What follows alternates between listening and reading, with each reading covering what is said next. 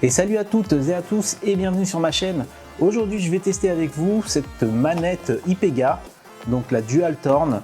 C'est une manette qui va vous permettre de jouer sur votre smartphone et tablette. Alors j'essaierai de voir si ça fonctionne aussi sur PC ou Mac. Mais en tout cas, ils disent que c'est fait pour iPhone, iPad, Android, smartphone, tablette. Donc on va tester ça. Normalement c'est fait pour nos smartphones et nos tablettes. Et on va voir si on peut le mettre sur autre chose. On va commencer par faire un petit déballage et ensuite on va le tester tout simplement. Allez, on va commencer par ouvrir la boîte avec les 11 angles. Donc je m'étais renseigné quand même sur internet pour voir les accessoires un peu pour jouer sur mon smartphone. Et il y en a plein. De ce type là il n'y en a pas énormément, mais surtout de qualité. Apparemment celui-là est le top. Je me suis référencé sur un youtubeur américain qui teste plein d'émulations de rétro gaming sur sa chaîne, et pour lui c'est la meilleure manette. Je vous mettrai le lien dans la description. Pour lui c'est la meilleure manette pour smartphone et tablette. Alors on va vérifier ça. Ouais. Alors je vous le montre ici. Voilà. Alors dans la boîte, bah forcément la manette, et ici le petit boîtier avec sûrement le reste des accessoires. Je vais l'ouvrir.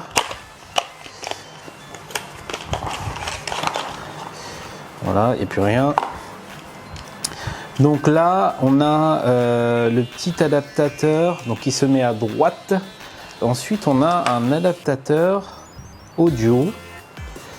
Je ne sais pas comment ça fonctionne, mais en tout cas on a un adaptateur audio ici. Bon, on verra après. Et le câble de rechargement, donc USB type C. Voilà, d'ailleurs ce serait bien que tous nos smartphones, tablettes, soit même iPhone, en USB type C, comme ça au moins on n'aura plus besoin d'avoir 15 000 câbles.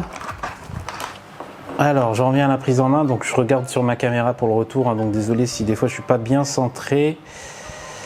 On a des boutons qui font fortement penser à la Nintendo Switch, effectivement. Pareil, hein, avec les boutons ici, les joysticks là, d'ailleurs qui sont très bien, hein, donc avec L3 et R3 en appuyant dessus. On a un bouton Start et Select. Ici un bouton, donc je voulais vous montrer ça, je vais faire un petit focus. Donc ici on a vraiment l'impression d'être sur la Nintendo Switch avec la petite maison. Bon après ils ont le droit de faire ce qu'ils veulent. Et un bouton ici turbo. Alors sur le côté on n'a rien. Au-dessus on a les boutons supplémentaires L et Z apparemment. Et ici pareil, on doit avoir right et bah, apparemment c'est deux. Ah oui, c'est deux. Un ici et deux là à droite. À l'arrière on a le type de batterie dans l'accessoire. Ici on a la fonction de déverrouillage, on l'insère d'en bas vers le haut et on l'enlève vers le bas. Donc d'ailleurs c'est ce qu'on va faire. Je vais appuyer et en même temps descendre. Voilà, donc il y a un système de coulisses, de coulissant. Et ici on a aussi également un port USB type C. Là c'est juste soit on joue avec, je vais le glisser, soit on joue juste où en fait on a les fonctions tactiles, et ici on peut jouer avec un joystick. Mais moi en tout cas pour ma part c'est plus pour jouer, pour émuler des jeux. Voilà, c'est plus pour émuler des jeux. Bah, on va faire le test. Donc niveau qualité on est bon là, hein. C'est niveau ressenti on est vraiment bon, c'est du costaud, c'est du solide, c'est léger et solide à la fois. Donc il avait raison, c'est du bon matériel. Alors ensuite apparemment on peut l'étendre en rechargeant par en dessous la manette. Et apparemment, ah oui, en fait, il y a juste besoin de tirer. On tire et oh la vache, ça s'agrandit quand même pas mal hein, pour les grosses tablettes. Ouais. Donc on est pas mal. Tiens, d'ailleurs, je vais. Concernant l'adaptateur prise jack, elle permet en fait à vos anciens smartphones qui ont toujours eux la prise jack aux extrémités de le mettre à l'intérieur et d'avoir toujours accès à la prise jack, tout simplement. Donc là, hop, j'ai juste à tirer un petit peu. Voilà, et donc là, on se retrouve avec le téléphone à l'intérieur. Donc, je peux bouger, je peux faire ce que je veux, ça tient bien. J'ai pas besoin de bien maintenir les plastiques, en fait, ça fonctionne bien. Ça sert bien le téléphone. Oh, c'est plutôt pas mal ça. Alors j'ai essayé de faire le test avec un iPhone, malheureusement depuis la version 13.2 ou .4, enfin bref, après la version 13 de iOS, l'application n'est plus compatible avec les iPhones. On va du coup continuer le test, pas sur iPhone mais sur Android. Donc ici j'ai mon P20 Pro de chez Huawei. Pour synchroniser votre manette avec le téléphone, rien de plus simple. On va aller dans les paramètres du téléphone. Je vais vous mettre le téléphone comme ça. On va aller dans paramètres, Bluetooth. Et là, pour rechercher la manette, il faut rester sous Android, il faut rester sur le bouton Home et la flèche de droite. Sur iOS, même si ça ne fonctionne pas, vous appuyez sur le bouton Home et la flèche de gauche. Donc nous, on est sous Android. On va rester appuyé comme ça 3 secondes, enfin 2 secondes et quelques. Et ici on a le témoin de synchronisation qui clignote bleu. Donc je vais faire une petite recherche sur mon téléphone. Donc sur mon téléphone en bas d'écran vous voyez le PG 9167. On va cliquer dessus forcément. Pour l'associer, c'est bon, il est connecté. On va ouvrir l'application Shooting Plus V3. Que vous devez préalablement télécharger pour que cela fonctionne. Je ne sais pas pourquoi cette application là spécifique, mais en tout cas elle fonctionne avec cette application. Je n'ai pas vu d'application iPega ou estampillé iPega, donc ça sera le test se fera donc avec cette application. Je vais monter un peu. Comme vous pouvez remarquer, il y a déjà une liste de jeux en fait qui est déjà paramétrée pour cette manette. Il n'y en a pas des masses, hein, mais il y a notamment Call of Duty, Minecraft, Typoman et d'autres jeux que je ne connais pas. Donc nous, ce qu'on va faire, vous avez vu qu'ici, j'ai mis Redream et Dolphin. En fait, c'est simple, l'installation est simple. Je vais supprimer Redream pour vous montrer. Alors, supprimer le péréglage, voilà. Donc Redream, c'est un émulateur pour la Dreamcast. Donc je vais ajouter un. Donc il va me chercher les applications. Je vais parcourir un jeu par exemple. Donc Horizon Chasse, c'est un jeu de voiture. Donc je vais ajouter ce jeu là. On lui laisse un peu le temps de réfléchir. Il nous a ajouté ici en bas à droite Horizon. Donc on va cliquer sur Horizon. Et là on va faire modifier le pré-réglage.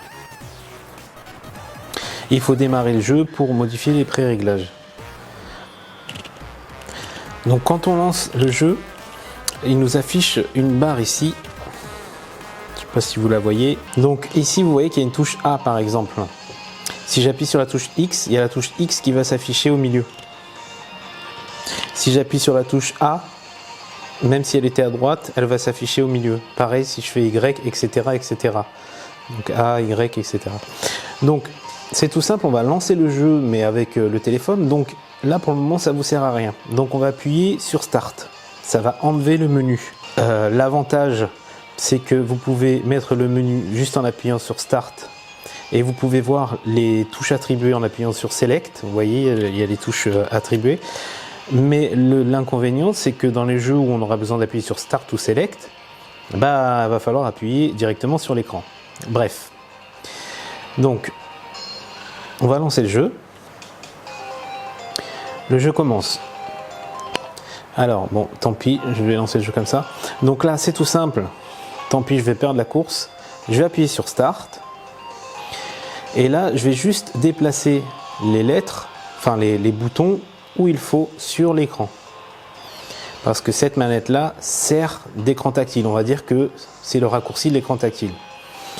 Alors, on va faire nouveau.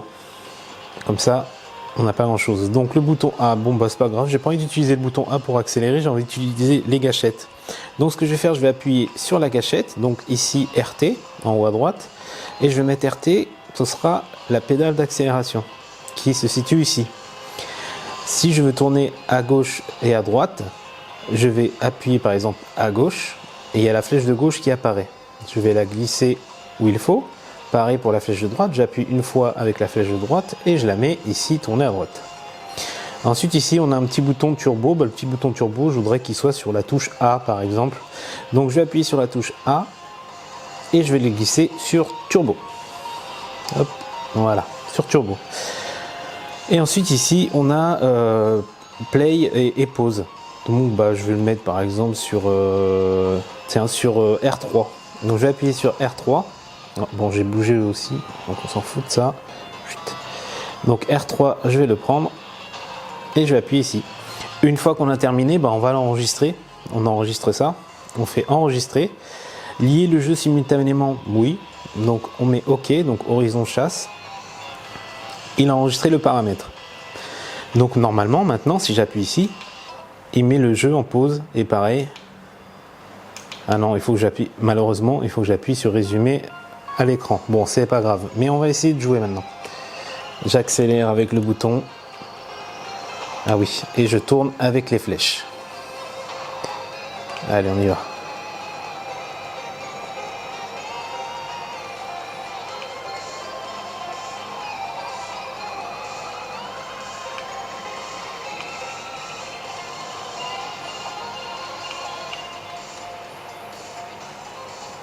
Voilà, on va essayer le petit turbo, donc j'avais dit avec A.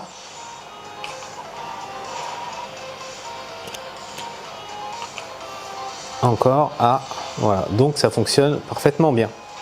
En haut, en bas, à gauche et à droite. Donc là il nous reste la gâchette MT et RT. Et on est bon, donc si j'appuie ici, on appuie bien sur Start et on peut lancer le jeu.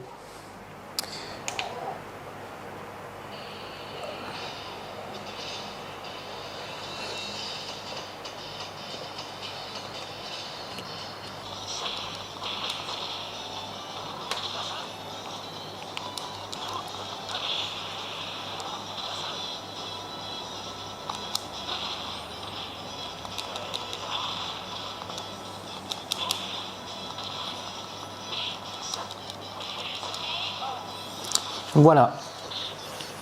Moi, j'ai fait une petite partie vite fait, ça fonctionne bien.